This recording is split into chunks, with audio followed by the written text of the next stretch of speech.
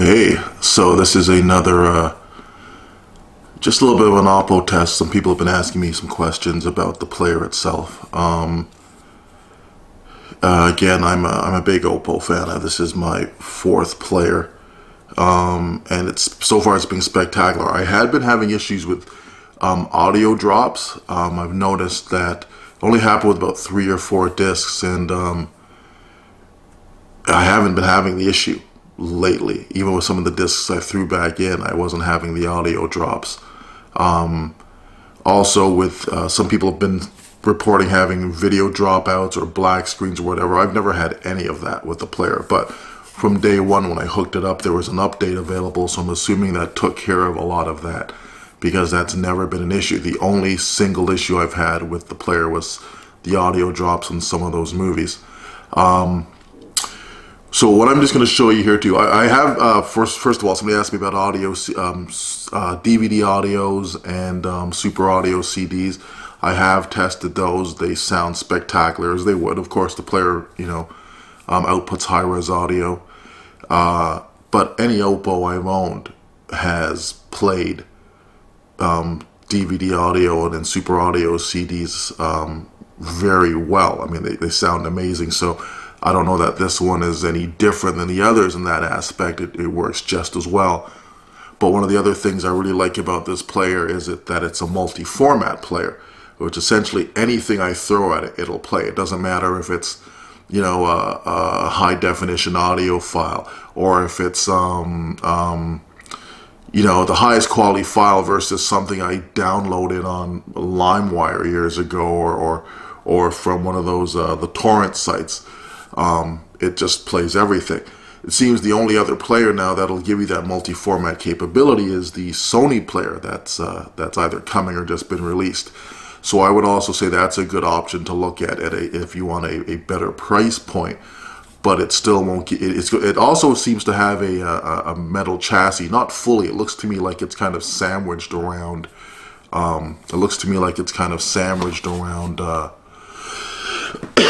Excuse me, a plastic body. So I don't know. I would say check that out as well, because it looks like it's also going to be a very nice device at a reasonable cost. And if you have a Sony TV, it may be a better fit to it. I still think the Oppo is going to be the choice of the audio and video files it usually is, because it does have the better video processors and audio processors.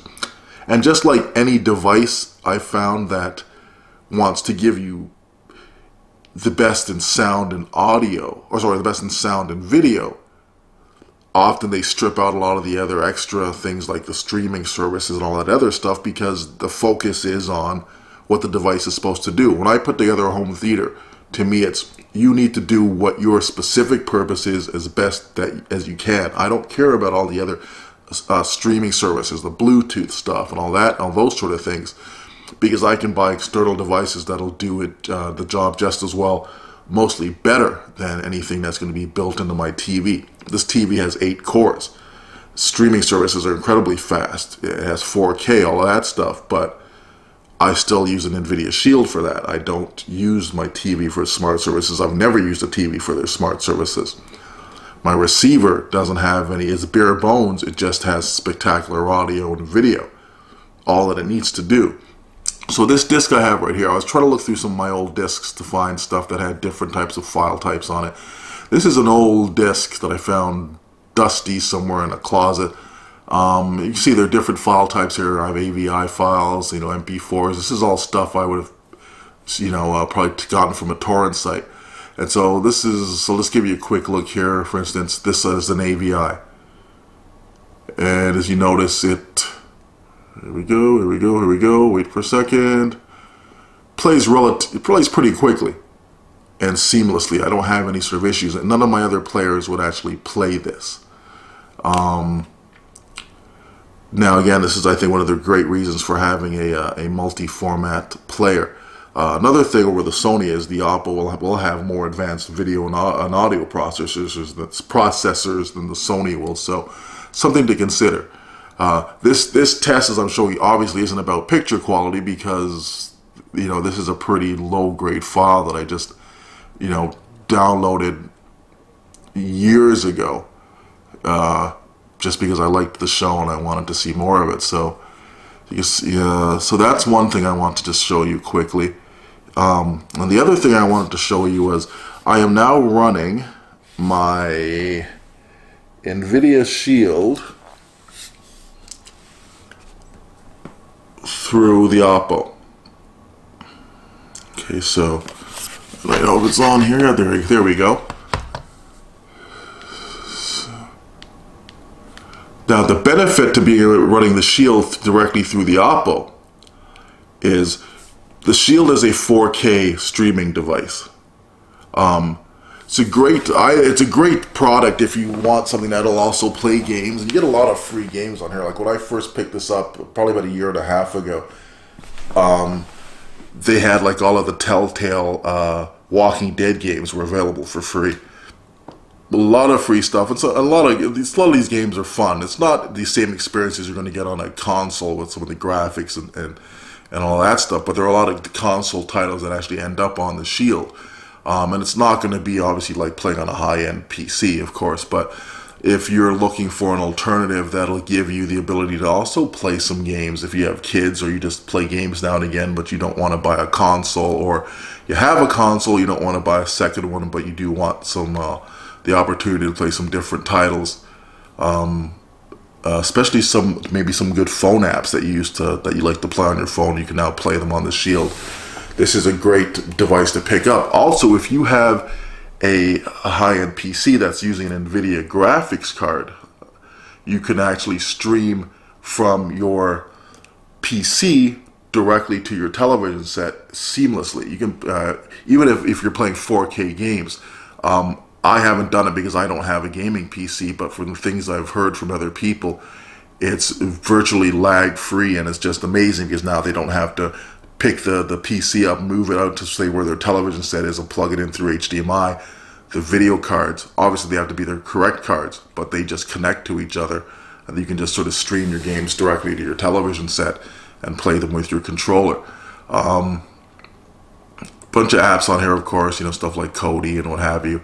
I was running an Apple TV. Actually, I was on my second Apple TV when I decided to buy a new streaming box. And at first I bought just sort of an $80 streaming box online from China, I think it was. And it was okay, but I had a lot of issues with it sometimes as far as it was slow. It slowed down pretty fast. When I first got it, for the first 6 months or so, it was pretty good. And then it just seemed to really bog down. And it was just very poorly built, and the remote was terrible, the user interface was terrible. So I decided I was going to actually buy the new Apple TV when it came out with the Siri and all that stuff. But when I found out it wasn't going to stream 4K, I decided not to go with that and did my research, and all these people were talking about this NVIDIA Shield thing. So I went and I picked one of these up. This one I have is the Pro. I did initially buy the sort of the bare bones model, and I connected a 2 terabyte external hard drive to it. Seemed to me to make more sense, but what started happening was I was having issues copying things from when I would download something and I wanted to send it directly to the hard drive, the external, or I would put it onto the Shield first and then move it, because the Shield itself, if you don't buy the Pro, fills up very quickly. I was having a lot of trouble, and sometimes apps would just disappear or they wouldn't work, and so I just decided it wasn't worth the hassle. I returned it and bought the Pro, and I haven't had a single issue with this device since.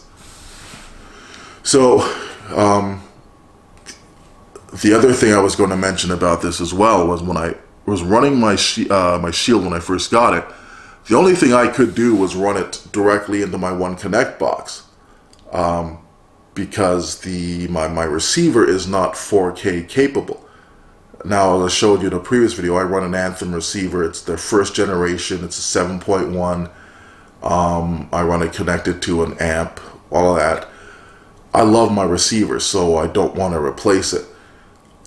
But again, that meant I had to run if I wanted the 4K, I had to run the Shield directly into the One Connect box, which meant I wasn't getting I wasn't able to use my AV receiver for sound. So I've been watching everything through the television speakers. Now this TV has pretty decent speakers for a television set, and that's one of the reasons it's a little bit thicker than some of the TVs you see today. It's because of, one, the full array backlight. It does tend to take up a little bit more room. Sony uses more of it's a honeycomb structure, so they're able to make it flatter. I think that's exactly what Samsung's probably going with their QLED, something similar to that, which is making those TVs smaller. QLED is really, all QLED is it's a full array backlit set with quantum dots. You know, it's not what a lot of us were meant to to believe at first, that it was going to be this emissive technology that was somehow a hybrid of OLED and LED. It's an LED. They've just rebranded it to try to, I guess, attract some of the attention from the OLED marketing. So be careful about that when you're looking at a TV. But you know, OLED is spectacular. It is still, you know, pound for pound, picture quality wise, there's nothing better than OLED. And as I mentioned before, you know, I didn't want the LG OLED. I wanted to wait until Panasonic and Sony and Panasonic, Sony, and who was the third one? I can't remember the third company. Samsung, of course, had their own models, because they by far make the best video processors for television sets, in my opinion. So I think you're starting to see now, if you're watching some of the reviews, the OLEDs have taken a step forward because of those companies now, at least Panasonic and Sony buying their panels from LG and then putting their own magic behind it. Panasonic being a pro at this stuff, having gone through everything they did with the plasmas, and then also having bought all of They picked up a lot of the I can't even remember. They took a lot of the technology from Pioneer initially, of course, with the Kuros. When Pioneer stopped making the TVs, Panasonic purchased a lot of what was their private technology, their copyrighted technology, and started using it in their televisions. And of course, plasma, it was just too expensive to go into the 4K and the size thing. They were losing money on the plasmas. So OLED seemed like a natural progression, of course. But anyway, to make a short story long, just to wait, because now that they're starting to add in the pixel orbiters and that stuff, if they can get the OLEDs to have a 100,000 hours sort of, you know, minimum lifespan for the TV, and with the pixel orbiters and other technology, reduce the chances of burn-in or image retention, and then also make them very fast in response times for gaming, there won't be anything else. Why would you need to buy anything else? Especially with the prices starting to drop. They're spectacular, but for now, you buy a really good LED set, you're going to be very, very happy with the performance. And I think pound for pound, as an overall television, the best LEDs are still the best televisions to get. So anyway, as I was saying, I was running the Shield directly into the directly into my One Connect box. Meant no stereo sound, so I was watching everything through the TV speakers. Great thing about running it through the back of the Oppo is that because they have the dual HDMI outs, I can now either have the choice of just watching it, you know, late at night if I don't feel like having everything blaring through my speakers. I can watch it through the television speakers, or if I now want to watch something in surround sound, I can also watch it in 4K through my TV and listen to the surround sound audio being sent to my receiver. I was kind of wondering if it would work that easily, and it has. It's just been seamless. So you can see that I've got some, you know, the 4K stuff here, and I don't know what we can jump into. Take a quick look.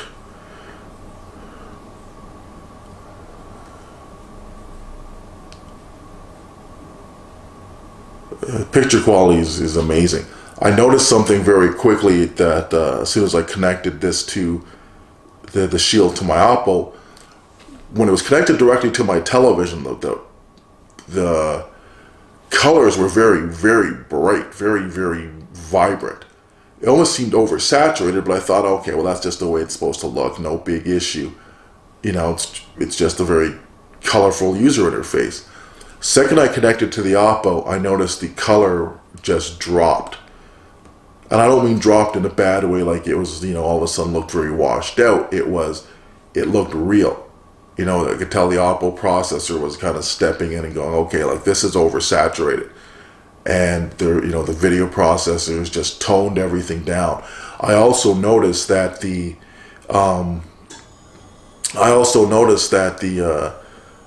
shadow detail became much greater, and that there was a much better handling of dark areas in the films, anything that I was watching. The only thing that sort of may hamper the Oppo long term using this is that the HDMI in on the back of the Oppo does not accept HDR, and I don't know if that's something that they can patch in later, or if that's just the way it is.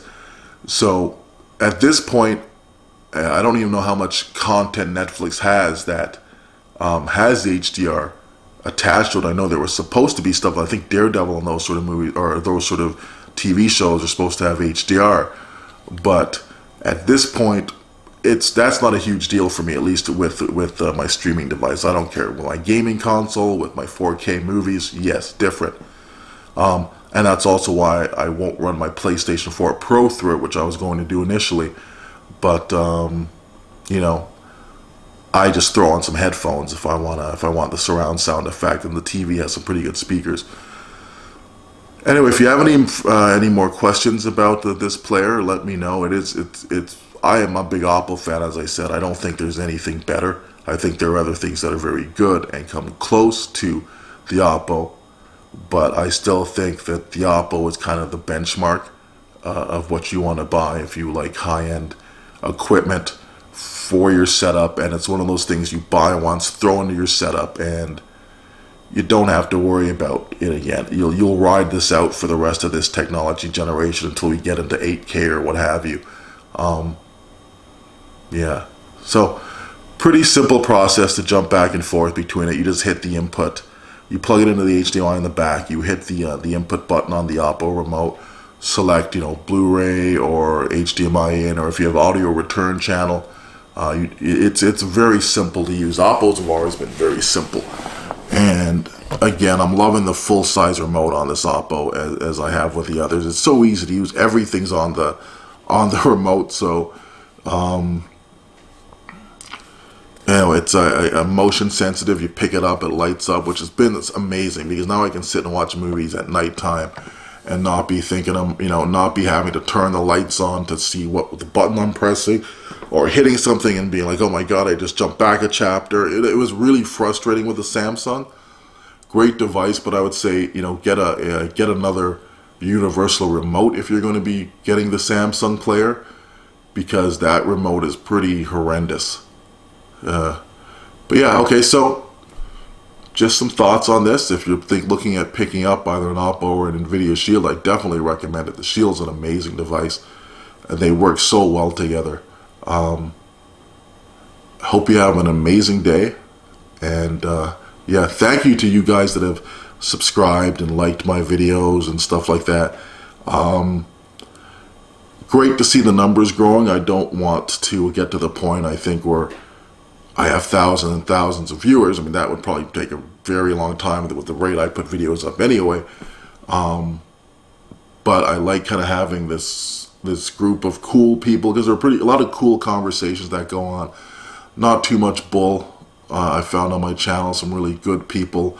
Not a lot of attacks or fighting with each other. People are just talking about things, and that's what this is all about to me. Just talking to people around the world who like the same kind of things, like the same kind of technology, and just want to talk to some other cool people who want to share. I learn a lot from you guys too. I'm no expert by any stretch of the imagination. You guys teach me a lot, so thank you. I watch a lot of other people's reviews to sometimes make decisions myself on some of the content I want to purchase. So keep it up, keep watching, keep commenting. I love you all. Have a great day.